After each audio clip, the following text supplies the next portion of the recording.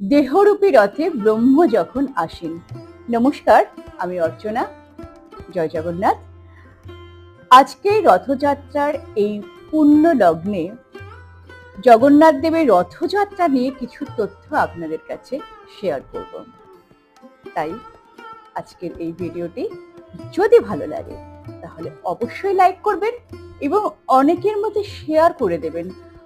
বলা হয়ে থাকে জগন্নাথ দেবের কথা, প্রভু জগন্নাথ দেবের কথা এতটাই অমৃত যে সেটা শ্রবণ করলেও অনেক পুণ্য হয় এবং আগত সমস্যা বা বিপদ থেকে অনেকটাই রক্ষা পাওয়া যায়।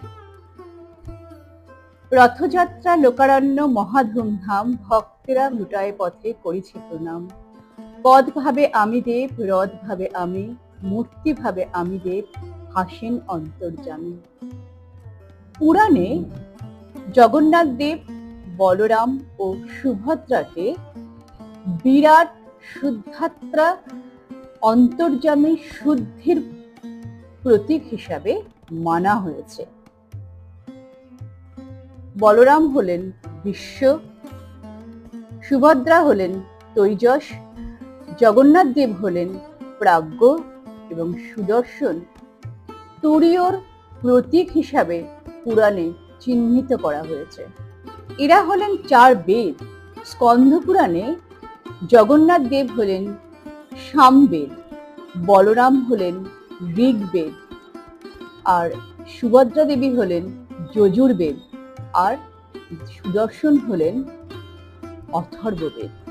জগন্নাথ দেব হলেন অব্যক্ত পুরুষ।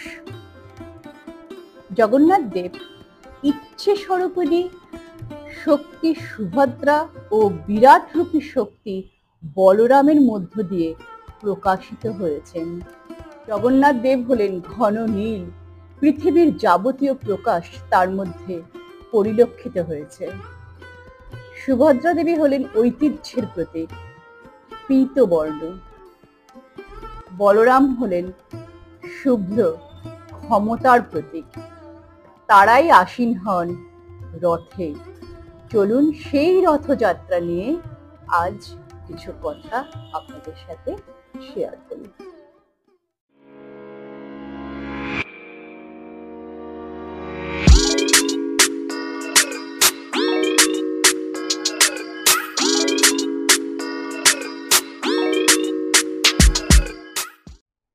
আষাঢ় মাসের শুক্লা দ্বিতীয়াতে উৎসব অনুষ্ঠিত হয় শ্রী জগন্নাথ দেবের রথযাত্রা।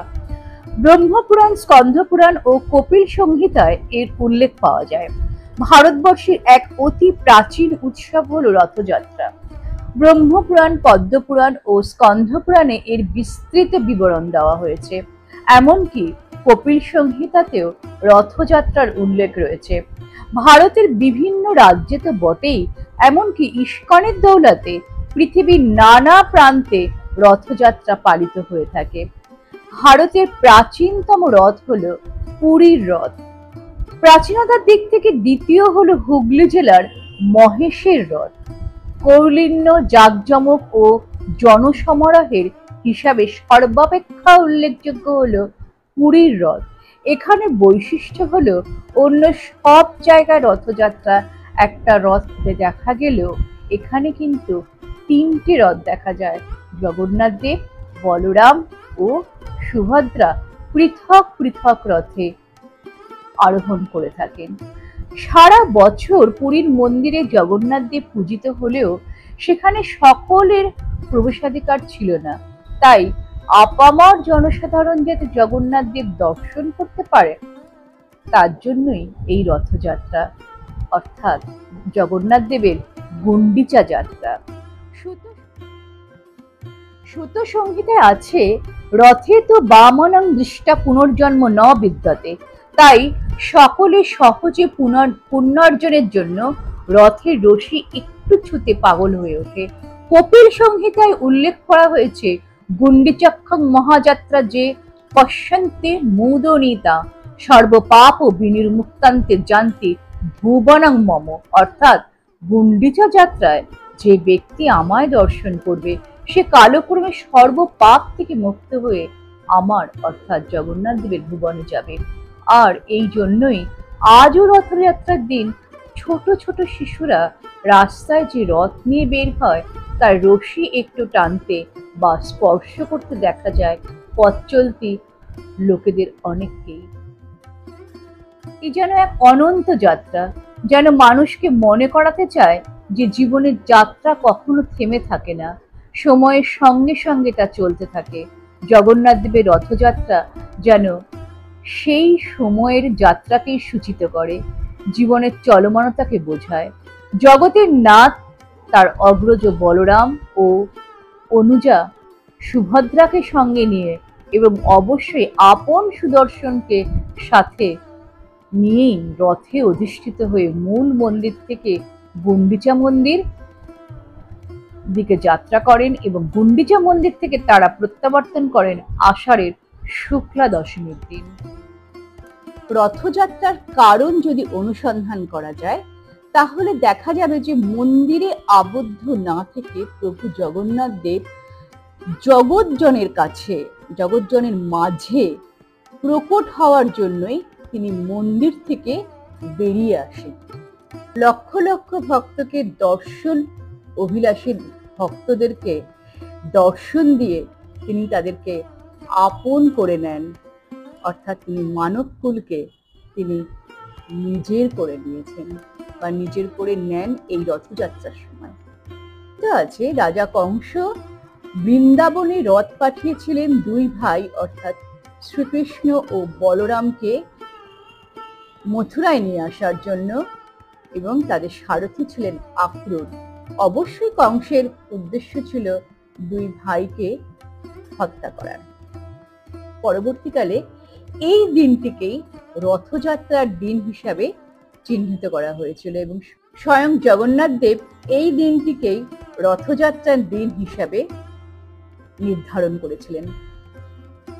রথযাত্রার গুরুত্ব অপরিসীম, এই স্বল্প পরিসরে সেটা ব্যাখ্যা করা অসম্ভব।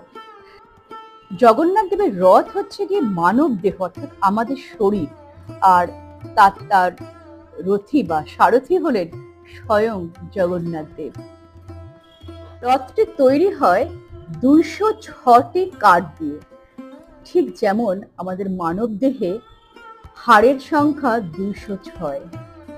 আবার রথে থাকে 16টি চাকা। 16টি চাকা কিরকম?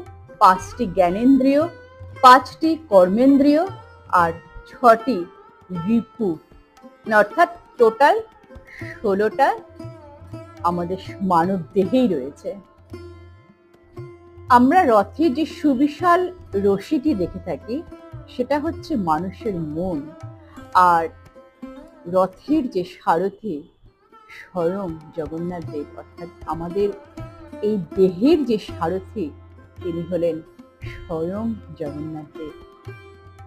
স্বয়ং জগন্নাথ দেব আমাদের এই দেহরূপী রথে অধিষ্ঠিত থাকেন এবং জগন্নাথ দেব রথে অধিষ্ঠিত হয়ে সমস্ত ভক্তদের মাঝখানে উপস্থিত হয়ে অপার করুণা বিলিয়ে দেন। তিনটে রথ মন্দির থেকে গুন্ডিচা মন্দির, আবার গুন্ডিচা মন্দির থেকে মন্দিরে আসে, মূল মন্দিরে আসে পুরী মন্দিরে। তারপর এই রথ কিন্তু আর রাখা হয় না, অর্থাৎ রথের কাঠগুলোকে রথগুলোকে সব ভেঙে ফেলা হয়, আর সেই যে ভাঙা কাঠগুলো সেগুলো জ্বালানি হিসাবে ব্যবহার করা হয়। অর্থাৎ আমাদের শরীর থেকে যখন আত্মাটা বেরিয়ে যায় তখন আমাদের এই যে নশ্বর শরীরটাকেও সনাতন ধর্মে পুড়িয়ে ফেলা হয়। এটিরই একটা নব দিক বলা হয়ে থাকে।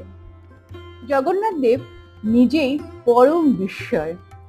তিনি একবার শবরদের কাছে নীলমাধব রূপে দীর্ঘ সময় পুজো নিয়েছেন, আবার কলিঙ্গের রাজা ইন্দ্রদম্নের স্বপ্নে এসে বর্তমানে তিনি বামন অবতারে শ্রীক্ষেত্র পুরীতে অবস্থান করছেন এবং রাজকীয় রূপে পুজো গ্রহণ করছেন।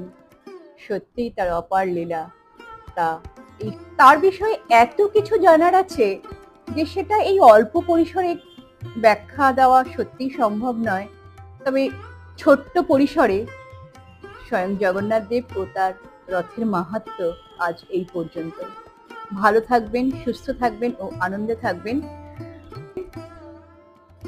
জয় জগন্নাথ।